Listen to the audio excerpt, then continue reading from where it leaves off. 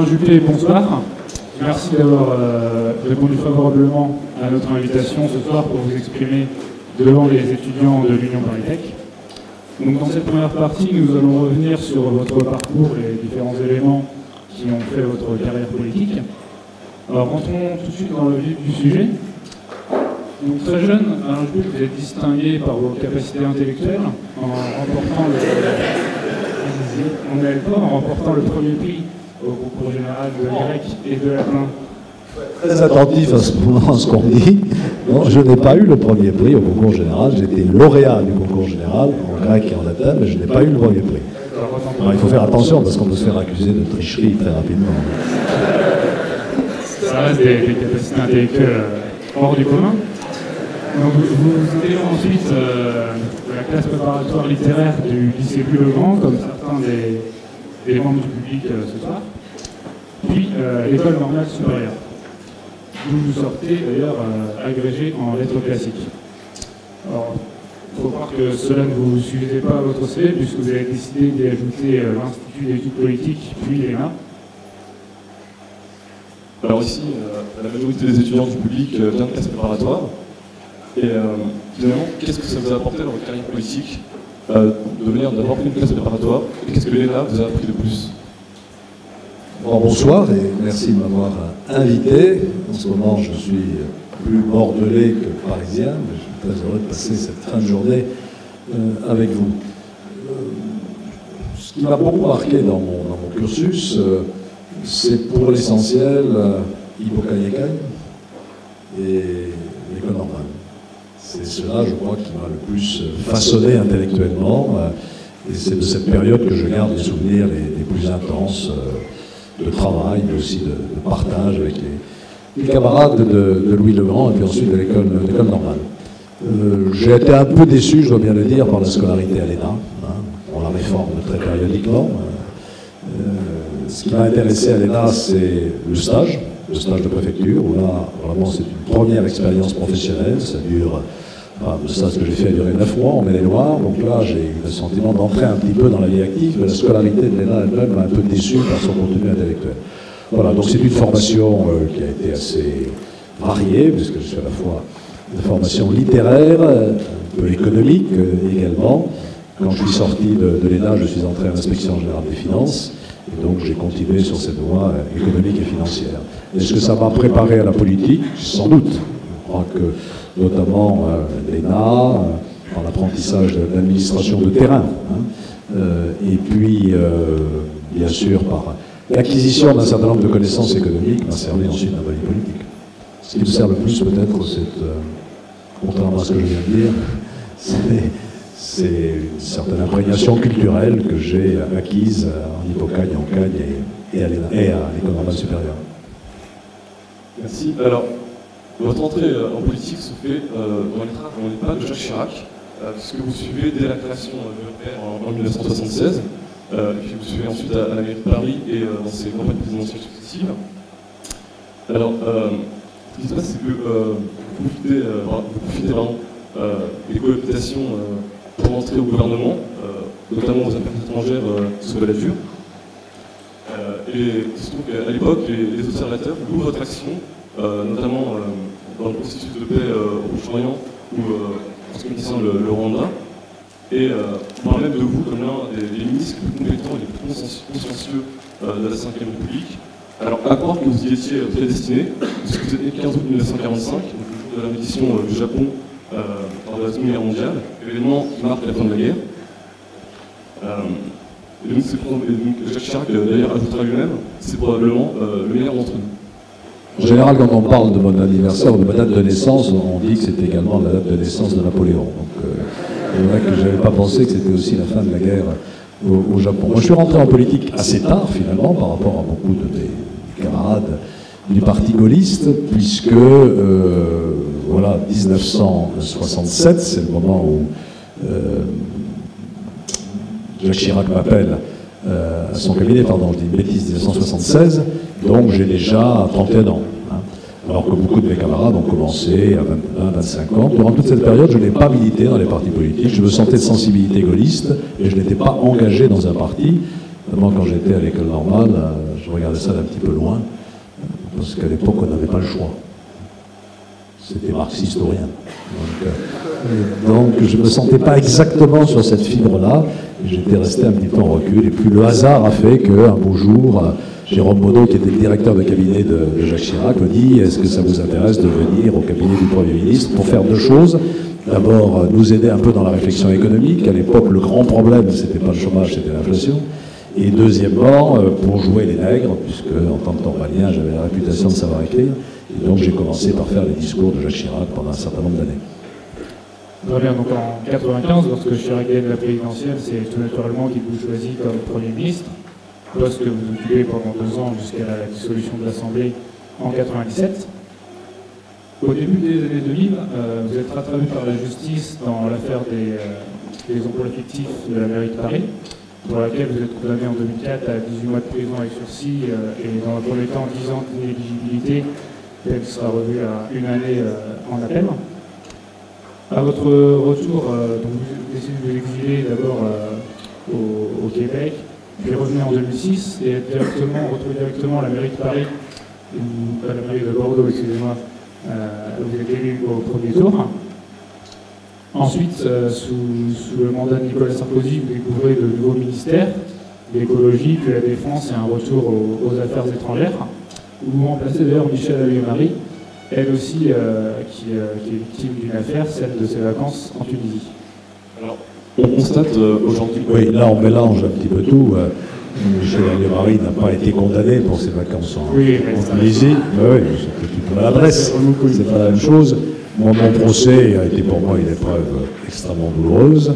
Je veux simplement préciser, parce que là aussi on a un peu tendance à tout amalgamer, c'est que le jugement de la Cour d'appel, qui est le seul qui vaille, puisqu'il efface celui du tribunal de première instance dans notre système judiciaire et juridique, et dit explicitement que je n'ai été reconnu coupable d'aucun enrichissement personnel et que je n'ai donc pas mis un sou dans ma poche. Je voudrais simplement le préciser par rapport à une actualité plus récente.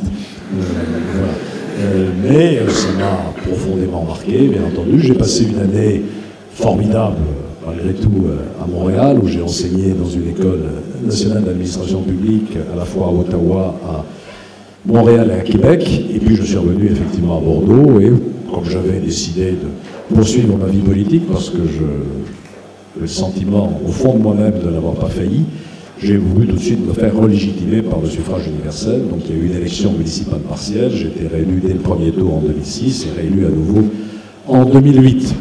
Voilà un peu le parcours. Ça ne m'a pas permis, puisque vous évoquiez le meilleur d'entre nous, de répondre aux attentes de Jacques Chirac, qui aurait évidemment souhaité, parce que c'est un peu ce qu'il avait préparé, que je sois candidat à l'élection présidentielle en 2007. Et à cause de ce qui m'est arrivé, je n'étais pas en mesure de le faire. C'est pour ça que j'ai apporté en janvier 2007 mon soutien à Nicolas Sarkozy. Alors, on constate aujourd'hui que les taux d'abstention sont de plus en plus élevés, notamment chez les jeunes. Et les récents scandales qui ont éclaboussé une partie de la classe politique n'arrangent rien. Finalement, est-ce que vous en prenez une part de responsabilité de ce qui s'est passé? Et qu'est-ce que vous pouvez dire aux jeunes ici présents pour les faire changer d'avis sur ce point? Parce que la question sous-jacente, finalement, c'est est-ce qu'on peut faire de la politique sans mentir? Aujourd'hui, essayer de vous faire changer d'avis sur ce que vous voyez de la scène politique, c'est un combat perdu d'avance. Voilà, il faudrait que j'ai une force de conviction hors du commun. Il est évident que le spectacle que donne aujourd'hui la politique en général, certains hommes politiques, mais par amalgame la classe politique, est catastrophique, désespérant, scandaleux. Je vous laisse le choix des adjectifs. Alors, est-ce que c'est une raison pour jeter le bébé avec l'eau du bain, considérer que la politique en elle-même est quelque chose de pourri, qu'il faut donc s'en écarter? Non. Je continue à penser que ces amalgames sont excessifs, que l'engagement politique reste absolument essentiel, que malgré tout ce qu'on pourra dire tout à l'heure sur la mondialisation, la perte d'influence des États par rapport à d'autres centres de pouvoir qui sont apparus dans ce monde globalisé, la politique reste un lieu dans lequel on décide, on peut prendre des orientations, on peut prendre de bonnes décisions ou de mauvaises décisions, on en voit d'ailleurs aujourd'hui le résultat, donc je pense que ça vaut toujours la peine de s'y engager. C'est très difficile parce qu'aujourd'hui dire à un jeune homme ou à une jeune fille, comme ceux qui sont dans cette salle, faites de la politique, je reconnais que c'est un vrai défi. Si on fait de la politique honnêtement, et vraiment malgré tout ce que vous pouvez penser, je suis même sûr que l'immense majorité des hommes politiques le font honnêtement, on ne fait pas fortune. On ne fait pas fortune à cause de la politique. Si on fait fortune à cause de la politique, c'est contre nous. Deuxièmement, on est considéré, on est mal considéré, plus exactement. Quand on regarde un peu les catégories professionnelles qui ont le soutien de la population, qui ont la considération plus exactement de la population, c'est effrayant. Alors, en haut de la liste, il y a en général les médecins, hein, et puis au bas de la liste, il y a deux catégories qui alternent dans l'ordre de la hiérarchie, c'est les prostituées et les hommes politiques, dans un sens ou dans l'autre. Donc c'est pas très motivant. C'est pas très motivant pour un jeune homme ou une jeune femme de se lancer dans une carrière politique avec cette étiquette. Ajoute enfin que c'est une vie extrêmement prenante, parce que contrairement à ce que l'idée est généralement répandue, je ne pense pas d'ailleurs qu'elle soit aussi généralement répandue que cela, parce que les gens voient les hommes politiques en action, ça demande beaucoup de temps, beaucoup d'investissement personnel, beaucoup de sacrifices familiaux d'ailleurs. Beaucoup d'hommes politiques ont des ennuis familiaux parce qu'ils sont rarement chez eux le soir, rarement chez eux le week-end. Voilà, alors pourquoi faire de la politique dans ces conditions? Vous gagnerez plus d'argent si vous faites votre métier, compte tenu du niveau qui est le vôtre. Vous aurez une vie sans doute plus agréable, dont vous serez plus maître que si vous faites de la politique, et vous aurez plus de considération si vous êtes dans une grande boîte ou si vous créez votre propre boîte. Alors là, conclusion, faites quand même de la politique. Faites quand même de la politique parce que c'est souvent là que ça se passe, parce que ça apporte aussi beaucoup de choses. Moi, j'y ai consacré l'essentiel de la vie professionnelle, ça m'a donné beaucoup d'épreuves, mais aussi énormément de satisfaction. Il faut simplement une seule chose, c'est la condition sine qua non, aimer les gens. Si vous n'aimez pas les autres, si vous n'aimez pas vivre avec les autres, écouter les autres, discuter avec les autres, tenir compte de ce qui se passe avec les autres, ben là, il ne vaut mieux pas en faire. Très bien, donc on va finir la chronologie de notre parcours. On en était à 2007, Nicolas Sarkozy arrive au pouvoir. Donc vous retrouvez à partir de 2011 les affaires étrangères. On retrouve vos compétences, notamment dans la gestion du conflit en Libye. Aujourd'hui, vous êtes à l'UMP le personnage politique le préféré des Français, comme le montrait une récente étude, devant même Nicolas Sarkozy.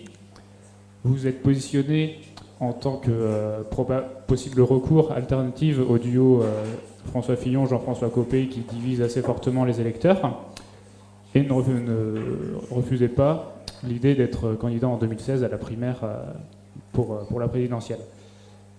Alors, quand on regarde finalement, quand on jette un œil en arrière à ces plus de 3 décennies de vie politique, avec beaucoup de responsabilités parmi les plus hautes, aujourd'hui, il ne vous reste plus que votre mandat de maire de Bordeaux. Et j'ai envie de vous poser la question, finalement, est-ce que vous ne vous ennuyez pas un petit peu ces jours-ci? Ah, pas du tout. Ça, on me demande toujours ça, si je m'ennuie à Bordeaux. Pas du tout. D'abord parce que j'aime cette ville, que je connaissais depuis longtemps. Je suis originaire du Sud-Ouest. Je suis né à Mont-de-Marsan, dans une famille de petite bourgeoisie provinciale. J'ai fait mes études secondaires au lycée Victor Duruy de Mont-de-Marsan. Après, je suis parti à Paris, comme vous l'avez dit. Mais je reste très attaché à cette terre aquitaine, landaise. Passe mes vacances à Hausgor, sur la côte landaise. Donc j'aime Bordeaux. Ensuite, je crois pouvoir dire, sans forfanterie et sans arrogance, que cette ville s'est transformée depuis 1995, profondément. J'ai été élu la première fois en 1995, réélu en 2001, réélu en 2006, réélu en 2008. Je serai à nouveau candidat en 2014.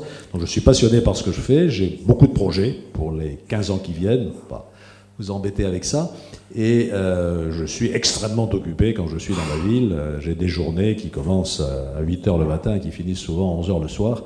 Je fais notamment, parce que je suis déjà en pré-campagne électorale pour 2014, beaucoup de réunions de proximité. J'appelle même parfois ça des réunions de Tupperware. C'est des amis qui réunissent chez eux 15-20 personnes, en général des gens que je ne vois pas dans les réunions plus institutionnelles ou plus politiques, et puis je passe 2-3 heures dans la soirée à discuter avec eux de la ville, de la façon dont ils ressentent la vie dans Bordeaux, les questions qu'ils posent à la municipalité, puis parfois ça déborde sur les questions nationales. Donc je suis pleinement impliqué dans ce combat qui m'occupe beaucoup. Je regarde bien sûr ce qui se passe au niveau national, et pour l'instant, mode horizon, c'est le 9 et le 16 mars 2014, donc je ne répondrai à aucune question sur 2017. On vous en posera pas. Très bien, Alain Juppé, merci pour cette introspection. Aucune question personnelle, voilà, mais sur les questions sur l'état du pays, volontiers, oui. On vous remercie pour cette revue de votre parcours. Simplement rajouter que, vous l'avez dit tout à l'heure, bon, Matignon, ça... Il y a une journaliste, Raphaël Baquet, qui a écrit un livre qui s'appelle L'enfer de Matignon. Et j'avais dit en commentant ce livre que moi je n'avais jamais vécu Matignon comme un enfer. C'est tellement vrai d'ailleurs, c'est qu'en général quand on est à l'enfer, on cherche à s'en sortir. Hein. Eh bien je ne connais personne qui soit parti volontairement de Matignon. Sauf Jacques Chirac peut-être, mais tous les autres, c'est un job passionnant, difficile, extrêmement stressant, mais on est vraiment en prise sur la décision en permanence. Puis le deuxième fonction qui m'a vraiment apporté beaucoup de satisfaction, vous l'avez dit, c'est mes 2 expériences au Quai d'Orsay, 93-95 avec François Mitterrand et Balladur, et puis 2011-2012 avec Nicolas Sarkozy. François Fillon était un peu en recul par rapport aux grandes questions internationales, mais c'était tout à fait passionnant. C'est une administration de grande qualité qui a besoin d'être considérée, d'être mise sous tension un petit peu, mais qui, lorsque on lui donne des impulsions, est capable de faire des choses formidables. Donc, dans la dernière période, il y a eu la Côte d'Ivoire, il y a eu la Libye, hélas, il y a eu la Syrie sur laquelle on n'est pas arrivé à stopper le massacre, mais c'était des défis et des enjeux qui suffisent à occuper une vie, enfin, une vie ministérielle. Ce sera les questions du début du débat, donc nous avons laissé la place à Loïc et Antonin pour cette seconde partie. Merci Alain Juppé. Merci.